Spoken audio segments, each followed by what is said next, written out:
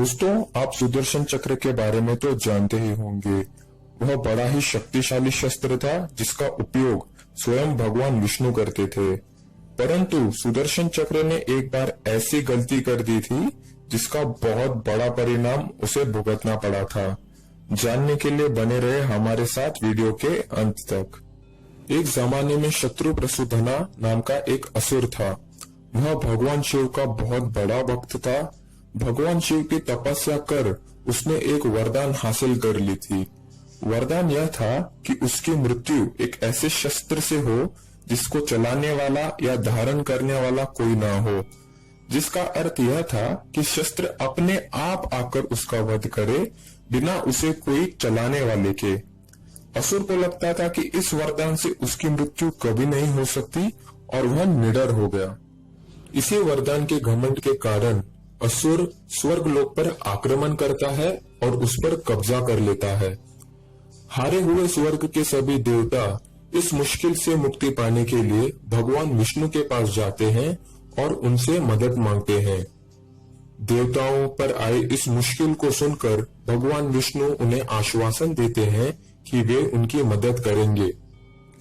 परंतु अब भगवान विष्णु के सामने परिस्थिति यह थी कि ना वे स्वयं अपने शस्त्र सुदर्शन चक्र से उस असुर का वध कर सकते थे और न ही वे सुदर्शन चक्र से सीधी तौर से यह कह सकते थे कि असुर का वध करे, क्योंकि दोनों ही परिस्थितियों में असुर अपने वरदान के कारण बच सकता था।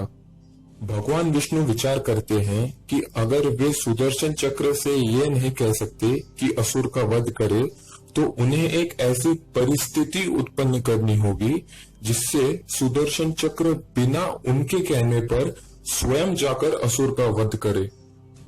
इसी योजना के अनुसार एक दिन भगवान विष्णु अपनी पत्नी माता लक्ष्मी से ये सवाल पूछते हैं कि वे उनमें क्या गुण और विशेषताएं देखती हैं। भगवान विष्णु जब ये सवाल करते हैं तब सुदर्शन भी वहां पर उपस्थित रहता है। सवाल का जवाब देते हुए माता लक्ष्मी कहती हैं कि किस तरह भगवान विष्णु ने अपने मत्स्य, वराह, कूर्म, नरसिंह, वामन इत्यादि अवतारों में असुरों का वध किया और भक्तों की रक्षा की, वह सराहनीय था। माता लक्ष्मी का जवाब सुनकर सुदर्शन असंतुष्ट होता है और वह कहता है कि भगवान विष्णु के ये सारे पराक्रम उसके बिना असंभव था, क्योंकि उसके अनुसार भगवान विष्णु के मत्स्य अवतार में वह उनका पंख था, वराह अवतार में उनका दांत, कूर्म अवतार में वह उनका खोल, नरसिम्हा अवतार में उनका नाखून और वामन अवतार में उनके पांव का पद था। यह कहकर सुदर्शन वहां से क्रोधित होकर चला जाता है। अगले दिन भगवान विष्णु बिना सुदर्शन चक्र के असुर के विरुद्ध युद्ध लड़ने के लिए चले जाते हैं। क्योंकि शत्रु प्रसूधना असुर को भगवान शिव का वरदान प्राप्त था, इसी कारण भगवान विष्णु उसे युद्ध में हरा नहीं पाते और युद्ध में हार कर भगवान विष्णु वैकुंठ लौटते हैं। यह दृश्य देखकर सुदर्शन चक्र भगवान विष्णु से कहता है कि वे उसके बिना कोई युद्ध नहीं जीत सकते। इसी घमंड में सुदर्शन स्वयं असुर से युद्ध करने के लिए निकल पड़ता है। इस बार असुर को उसका वरदान कोई काम नहीं आता और सुदर्शन द्वारा उसकी मृत्यु हो जाती है। जीतकर सुदर्शन चक्र घमंड में वैकुंठ लौटता है और भगवान विष्णु से कहता है कि जो काम वे नहीं कर पाए उसे उसने बड़ी आसानी से कर लिया। असुर की मृत्यु की बात सुनकर भगवान विष्णु प्रसन्न होते हैं और सुदर्शन को शाबाशी देते हैं।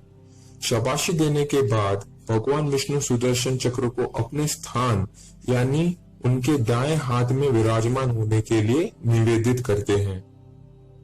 परंतु घमंड में डूबे सुदर्शन चक्र भगवान विष्णु के इस निवेदन को इनकार करता है। इनकार करने के बाद सुदर्शन चक्र भगवान विष्णु से कहता है कि वह उनसे श्रेष्ठ है, क्योंकि भगवान विष्णु असुर को मारने में असफल थे, जबकि सुदर्शन उसे बड़ी आसानी से मार पाया था।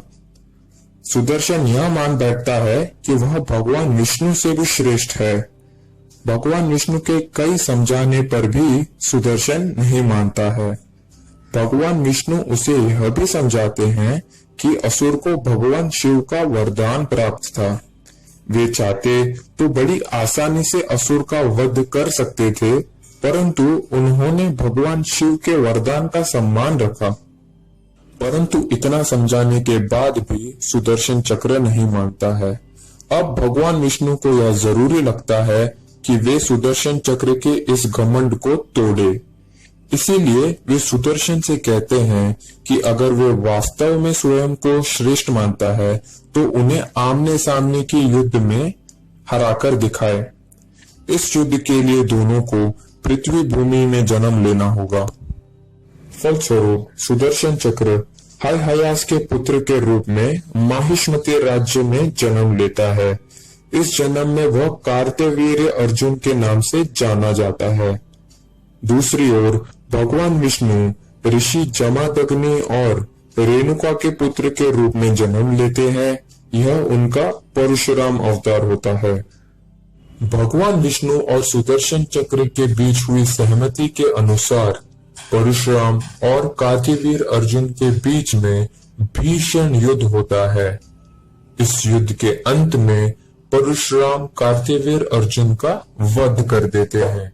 मृत्यु के बाद कार्तवीर्य अर्जुन अपने वास्तविक यानी सुदर्शन चक्र के रूप में लौटता है और वैकुंठ की ओर प्रस्थान करता है। सुदर्शन चक्र को उसकी गलती का एहसास होता है और वह भगवान विष्णु से क्षमा मांगकर उनके हाथों में विराजमान हो जाता है।